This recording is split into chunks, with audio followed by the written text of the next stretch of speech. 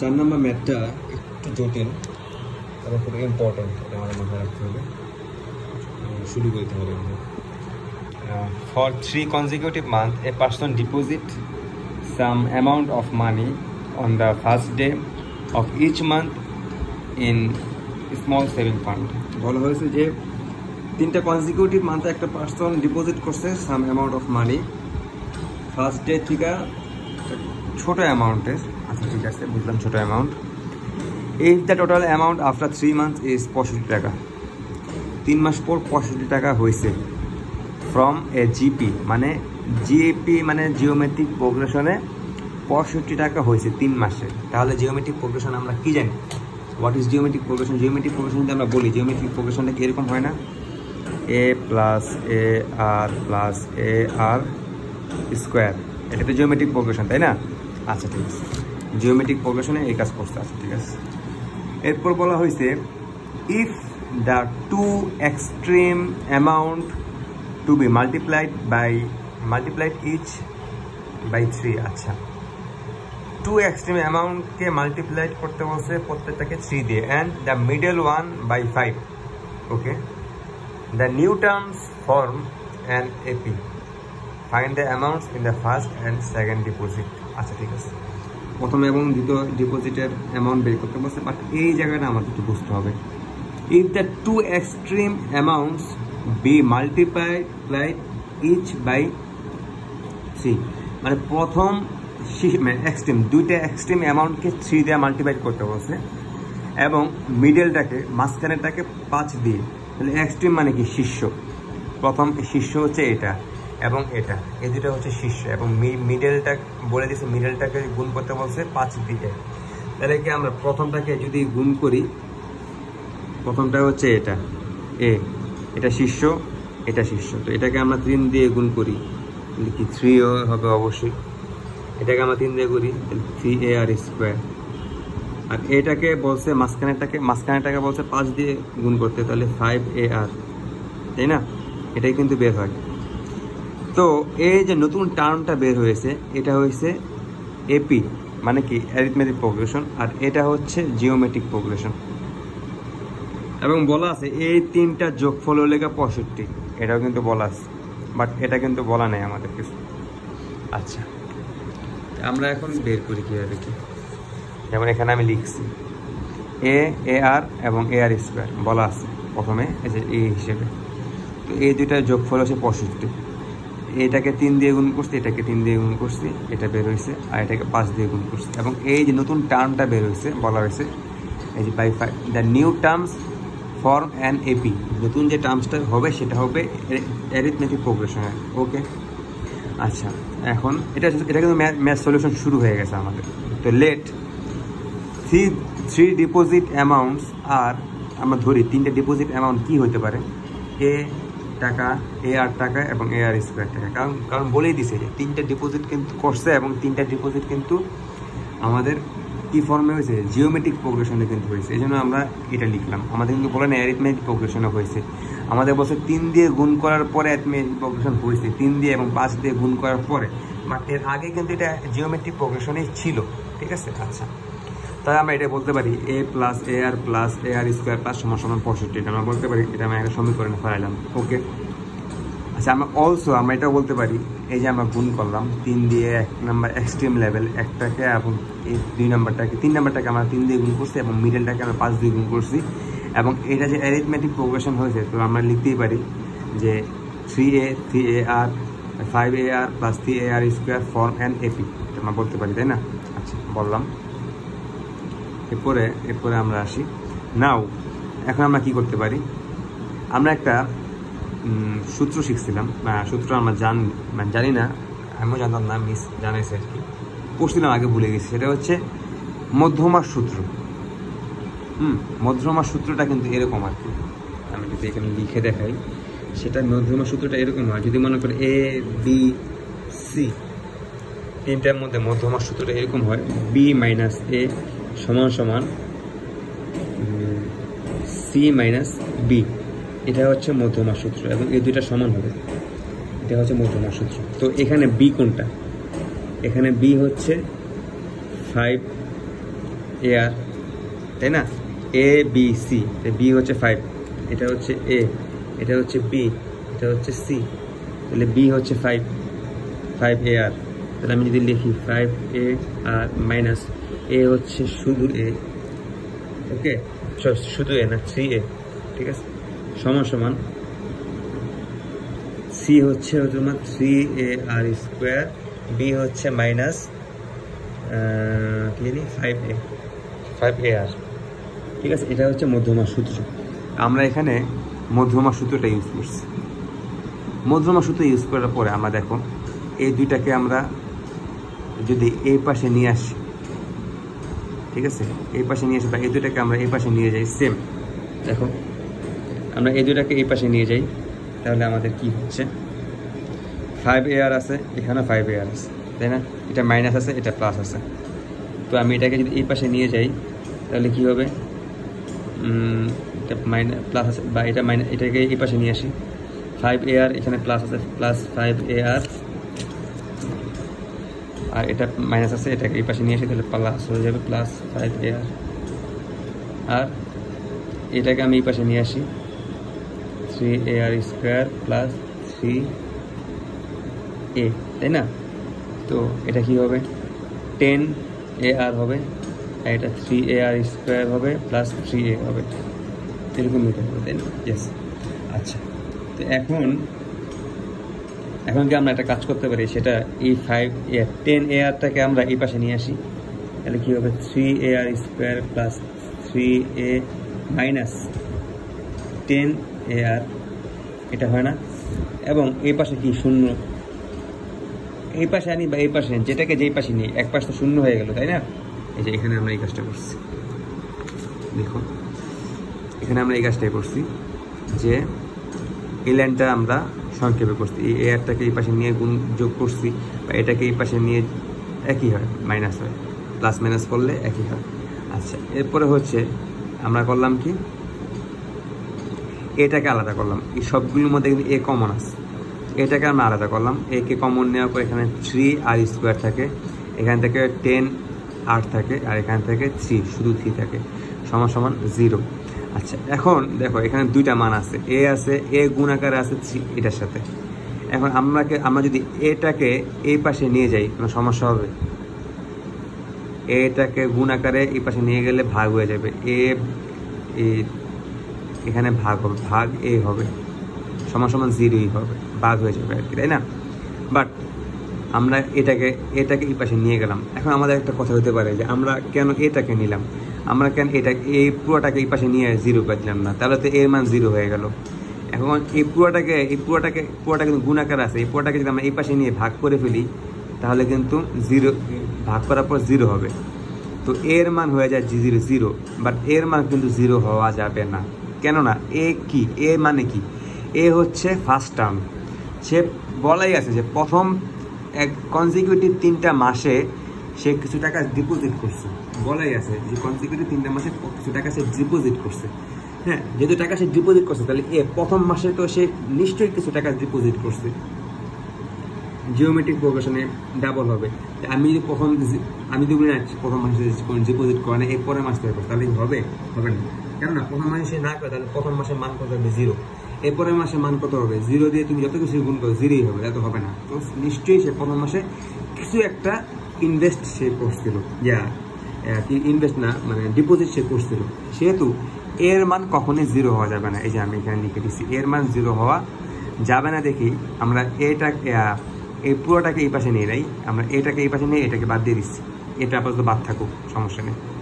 ওকে, এখন এই জায়গার মধ্যে এইটা সমান সমান 0, এইটা সমান সমান 0, এখানে এটা আমরা লিখছি। এরপর আমরা একটা সূত্র এখানে একটা আমরা কাজ করছি, মিড টার্মে একটা কাজ করে, হ্যাঁ মিডল টার্মে একটা কাজ, সেটা হচ্ছে আমরা এই 9 10 আরটাকে ভাঙছি, ভেঙে দেখো এখানে 9 আর এখানে শুধু আর একটা আর, তো প্লাস মাইনাস করলে কি হবে, মাইনাসে প্লাস হবে, যোগ 10 আর মাইনাস 10 আর কিন্তু হচ্ছে, তাই না?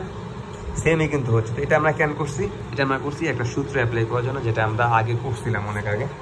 যেমন দেখো এটা করার পরে এই লাইনে আসা যায়, তো ওই প্রত্যেকটা থেকে ওই লাইনটা আমি আবার লিখি, তাহলে এখানে দেখাতে সুবিধা হবে। সেটা হবে ওই লাইনটা ছিল এরকম টাইপের, কি ছিল 3r square minus 9r minus r plus 3 is equal to 0, তাই না? লাইনটা কিন্তু এরকম ছিল। এখান থেকে আমরা 3rকে যদি কমন নেই তাহলে কি থাকতেছে, 3r কমন নেওয়ার পরে এখানে থাকতেছে শুধু r মাইনাস 3r দিয়ে যদি 9rকে ভাগ করি তাহলে কত হয়, শুধু 3 হয়, আর কাটা 3 দিয়ে 9কে ভাগ করলে 3 3 9 3 হচ্ছে, মাইনাস এখানে আছে 3r শুধু r মাইনাস r আছে প্লাস 3 আছে। আমি -1কে আমি এখানে কমন নেই, প্রত্যেকটা আমাদের -1 আছে, -1 কমন নিলে এখানে কত হয়, শুধু r হয়, ঠিক আছে? এরপর এখানে কি হয়, -3 হয়, তাই না? আচ্ছা, এরপর আমরা এখানে সমান 0, ওকে। এরপর আমরা করতেছি, দেখো এখানে এই দুইটা সেম, এখান থেকে একটা রাখতেছি এবং এখান থেকে আমরা 3r - 1 রাখতেছি সমান 0। আচ্ছা, এখন এখানে দুইটা মান কিন্তু চলে আসছে।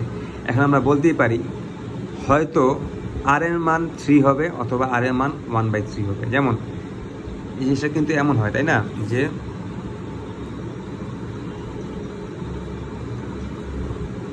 হয়তো এটা সমান 0 অথবা r 3r - 1 সমান 0। এখন এখান থেকে যদি আমি 3কে এই পাশে নিয়ে যাই তাহলে কি +3 হবে, হয়তো r এর মান 3 হবে অথবা r এর মান কি হতে পারে, যেমন দেখো এখানে যদি আমি 3rকে রাখলাম পাশে, এই পাশে গেলে +1 হয়ে যাবে। এরপর এই rটাকে রাখলাম, 3টাকে এই পাশে পাঠিয়ে দিলাম ভাগ আকারে, তাহলে 1/3 হবে। হয়তো r এর মান 3 হবে অথবা r এর মান 1/3 হবে, ওকে। যদি r এর মান 3 হয় তাহলে আমরা 1 নম্বর যে সমীকরণটা লিখছিলাম না, এই যে 1 নম্বর সমীকরণ, হ্যাঁ, এই 1 নম্বর সমীকরণের মধ্যে আমরা r এর মানটা বসাবো, ঠিক আছে? তো আমরা 1 নম্বর সমীকরণে r এর মান বসাচ্ছি। এখানে a ছিল, শুধু a ছিল, a এখানে 3r ছিল, হ্যাঁ সরি এখানে 3r না, এখানে ছিল তো ar ছিল, হ্যাঁ। তো a জায়গায় রাখলাম, r এর মান আমরা 3 দিয়ে দিলাম। এরপর ছিল হচ্ছে তোমার, এরপর কত ছিল, এরপর ছিল হচ্ছে ar স্কোয়ার, তাই না? তো r স্কোয়ার, r হচ্ছে 3 এর উপরে স্কোয়ার দিলে হচ্ছে 9, তাহলে 9a হয়, এই যে 9a সমান 65 ছিল। আচ্ছা, এরপর এখানে আমরা এই 3টাকে যোগ করলাম, 3টাকে যোগ করলে 13a হচ্ছে, এখানে 65। এরপর এই পাশে আছে 13কে এই পাশে নিয়ে গেছে, এর মান হচ্ছে 5। তো আমরা r এর মান 3 ধরলে এর মান বের হচ্ছে 5, তাহলে এর মান যদি 5 বের হয় তাহলে ডিপোজিটটা কেমন হতে পারে?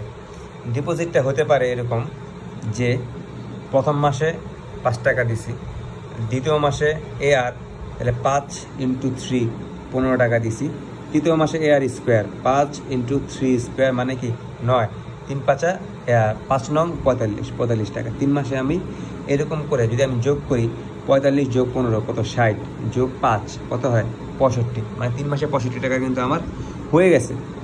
যদি আমি r এর মান 3 ধরি, এখন r এর মান যদি আমি 1/3 ধরি তাহলে আমার ম্যাথটা কীভাবে হবে?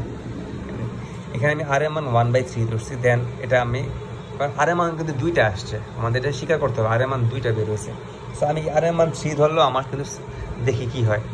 এখানে এই জায়গার মধ্যে আমি 1 নম্বর সমীকরণের মধ্যে আমি r এর মান বসাচ্ছি। প্রথম এর জায়গায় এই ছিল, এখানে 1/, দেখো এখানে a আছে, তাই না? r এর মান যদি a × এটা হয় তাহলে কি আমি এটা এইভাবে লিখতে পারি, 1/3 a/3, এই যে a/3 লিখছি। এরপরে এটা ছিল ar স্কোয়ার ছিল, তাই না? ar স্কোয়ার হলে a লিখলাম আমি, r এর মান 1/3 স্কোয়ার, তাহলে সমান কত হয়, a × 1/9, কে আমি গুণ করে দিলাম 1 এর সাথে, তাহলে এটা হয়, তাই না? এটা হয়, এটাই কিন্তু আমি এখানে লিখলাম, সমান কত 65। এরপর এই 3টার মধ্যে আমি লসাগু নিলাম 9, লসাগু নেওয়ার পরে এখানে তো 1 দিয়ে আমি 9কে ভাগ করলাম, ভাগ করলে কত হয় 9 হয়। 9 দিয়ে আমি কে গুণ করলাম 9a, 3 দিয়ে আমি 9কে ভাগ করলে হয় 3 দিয়ে আমি আবার কে গুণ করলাম 3a, 9 দিয়ে আমি ভাগ করলাম 1 হয়, 1 দিয়ে আমি আবার এ কে গুণ করলাম, এ হয় 65। এই 9টাকে এই পাশে নিয়ে গেলাম গুণ আকারে, আচ্ছা নিয়ে গেলাম। আর এদিকে আমি যোগ করলাম, যোগ করলে 13 এ হয়।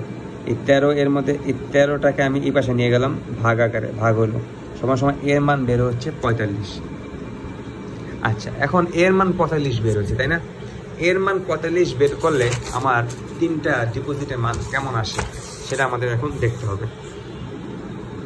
যদি এর মান 45 হয় তাহলে ডিপোজিটগুলো 45 হয়, প্রথম ডিপোজিট, দ্বিতীয় ডিপোজিট হয় 15, তৃতীয় ডিপোজিট হয় 5। কেননা দেখো 45 না এর মান, তাহলে এর মান যদি আমি দেখো এখানে বসাই, এই যে দেখো এটা কিন্তু আমাদের এটাদের সমীকরণ ছিল, তাই না? এর মান যদি আমি এখানে 45 বসাই, যেমন দেখো এখানে 45, নিচে ছিল কত 3, 45 করলে কত হয় 15 আসে না? আসে। আচ্ছা এখন এর মান এখানে হচ্ছে 45, আবার দিই আমি এর মান 45 দিলাম, এখানে 9, ভাগ করলে কত হয় 5 9 45 5। সো আমরা দেখতেই পাচ্ছি, দেখো এখানে আমি আবার যদি যোগ করি, আমাকে যোগ করি 45 65 আসবে, 45 যোগ 15 60 যোগ 5 45। তাহলে দেখো আমি আর এর মান দুইটা ধরতেছি, একটা 3 আর একটা 1/3, কারণ আমাদের হিসেবে এটাই আসে। তো আমি যেটাই ধরি আমার কিন্তু ঘুরে ফিরে আমার এর মান একবার আসতেছে 5 আর একবার আসতেছে, সমস্যা কি আমার কিন্তু দুইটাই কিন্তু অ্যারিথমেটিক প্রোগ্রেশনই হচ্ছে, তাই না? ঘুরে ফিরে দেখো আমি যদি বলি এখানে যে প্রথম 3 ধরলে আমার মান আসে কত, আসে কীভাবে আসে 5 আসে প্রথম, এরপর আসে 15, এরপর হচ্ছে 45। এটা একটা জিওমেট্রিক প্রোগ্রেশন, তাই না? এ প্লাস এ আর প্লাস কত এ আর স্কোয়ার, যেখানে আর এর মান হচ্ছে 3, ঠিক আছে? আর এর মান হচ্ছে 5, এখানে এর মান 5, এখানে আর এর মান হচ্ছে 3 স্কোয়ার দিলে হয় 9, 9 × 5 দেখো 5 নং 45 আসতেছে, 3 5 15 আসতেছে, 5 হচ্ছে 5 আসতেছে, শুধু 5ই আসতেছে। আবার যদি আমি তাহলে কি, তাহলে হিসেবে কি প্রথম মাসে সে 5 টাকা দিছে, দ্বিতীয় মাসে সে 15 টাকা দিছে, তৃতীয় মাসে 45 টাকা দিছে। ওকে, এখন যদি আমি ইয়া করি, দেখো আর এর মান দেখছি কীভাবে বের করি আমি, দেখো ধরো 45কে আমি 15 দিয়ে ভাগ করলাম, 45কে আমি 15 দিয়ে যদি ভাগ করি, দেখো এটাতে জিওমেট্রিক প্রোগ্রেশন 3 আসতেছে, তাই না? এরপর আমি 15কে 5 দিয়ে ভাগ করি, 15কে ভাগ করি 5 দিয়ে, দেখো 15কে 5 দিয়ে ভাগ করলে আমার 3 আসতেছে। এর মানে কি একটা জিওমেট্রিক প্রোগ্রেশন। আমার ম্যাথের কোশ্চেনে কিন্তু বলেই দেওয়া হয়েছে যে টাকাগুলো যে আমি দিচ্ছি সেভিংস করছে সেটা কিন্তু একটা জিওমেট্রিক প্রোগ্রেশনে ছিল, ঠিক আছে? বাট এই লাস্টে এই কথাটা বলছে এই জন্য আমি যেন এ এবং আর এর মান বের করতে পারি। আচ্ছা এরপর আমি আর এর মান যদি 1/3 ধরি, মানে 1/3 ধরি, তাহলে দেখো জিওমেট্রিক প্রোগ্রেশনটা এরকম হয়, এখানে এর মান হবে 45, এখানে এর মান হবে 15, এখানে এর মান হবে 5, তাই দেখো এখানে এর মান 45 আর এখানে আর এর মান কত ধরছে 1/3, তাই না? তাই দেখো 45 ইন্টু আর এর মান 1/3, এটাকে যদি তুমি ক্যালকুলেশন করো, দেখো 45 ইন্টু 1/3, 45 ইন্টু 1/3 15 আসলো, 15 আসছে কিন্তু। এরপর দেখো আবার তো এর মান কত, এর মান 45 ইন্টু 1/9, তাই না? কারণ এখানে 3 ধরলে এরপর স্কোয়ার দিলে 9ই কিন্তু হয়। সো যদি 45 ইন্টু 1/9 দিই, আমার কিন্তু মান আসতেছে 5, এই যে 5 আছে। এটাও কিন্তু একটা জিওমেট্রিক প্রোগ্রেশন, তাই না? কী হবে এটা জিওমেট্রিক প্রোগ্রেশন, এবং এটার কমন রেশিও যে আর, এবং আর এর মান যে 1/3, এটাও আমরা প্রমাণ করতেছি। দেখো আমাদের জিওমেট্রিক প্রোগ্রেশনের নিয়ম কি, আমাদের 2 নাম্বারটাকে ভাগ করতে হবে 1 নাম্বার দিয়ে। সো আমি 15কে ভাগ করবো 45 দিয়ে, 1/3 আসছে, দেখছো? এরপর দেখো আমি আবার 5কে ভাগ করবো 15 দিয়ে, 5কে ভাগ করবো 15 1/3, মানে কি আমার কমন রেশিও কিন্তু 1/3 আসতেছে। মানে কি আমি দুইভাবে আমি আর এর মান যদি 3 ধরি আমার সেম মান বের হচ্ছে, আমি আর এর মান যদি 1/3 ধরি তারপরও আমার কি ঘুরে ফিরে কিন্তু আমার 65 বের হচ্ছে। দুইটা কিন্তু আমার 65 লাগবে। আমার কিন্তু বারবার বলে দেওয়া হয়েছে এখানে ম্যাথের মধ্যে যে আমার 3টে অ্যামাউন্ট যোগ করলে 65 বের হচ্ছে। তাহলে কিন্তু আমি দেখতেছি আমাদের ঘুরে ফিরে 3টে অ্যামাউন্ট কিন্তু 65 আসতেছে।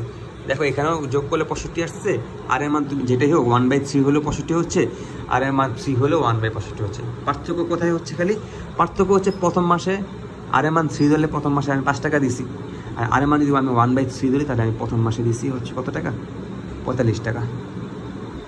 কিন্তু এখন কিন্তু এই জায়গায় একটু কনফিউশন আছে যে কোনটা সত্য হতে পারে, হয়তো 5 টাকা হতে পারে, হয়তো 65 টাকা হতে পারে, বাট 45 টাকা হতে পারে, বাট আমার দিন শেষে 3 মাস শেষে আমি 65 টাকা যোগ হয়েছে। আমি শিওর বলতে পারতেছি না সে প্রথম মাসে কয় টাকা যোগ করছে। এই জন্য আমি অ্যান্সারে কি লিখছি, এই জন্য আমাকে অ্যান্সারে কিন্তু বলে দিতে হবে যে অ্যান্সারটা হবে এরকম: does the first 2 deposit R either 5 টাকা অ্যান্ড 15 টাকা। হয়তো 5 টাকা হতে পারে, 5 টাকা এবং 15 টাকা হবে প্রথম দুটো ডিপোজিটে, অথবা 45 টাকা অথবা 15 টাকা হবে। ঠিক আছে, আশা করি আমি বুঝতে পারছি। ম্যাথটা একটু ক্রিটিক্যাল ছিল, এই জন্য একটু টাইম লাগছে, এবং বিশেষ করে এই জিনিসটা একটু ক্রিটিক্যাল। এখানেও একটু মধ্যমার সূত্র ইউজ করতে হয়, এটাও ক্রিটিক্যাল, এবং এখানে যে মিড টার্ম যে করতে হয়, মিডল টার্ম নাকি কী বলে, এটাও একটু ক্রিটিক্যাল। সো এই ম্যাথটা খুব ইম্পর্টেন্ট। আশা করি বুঝতে পারছি। ধন্যবাদ। আসসালামু আলাইকুম।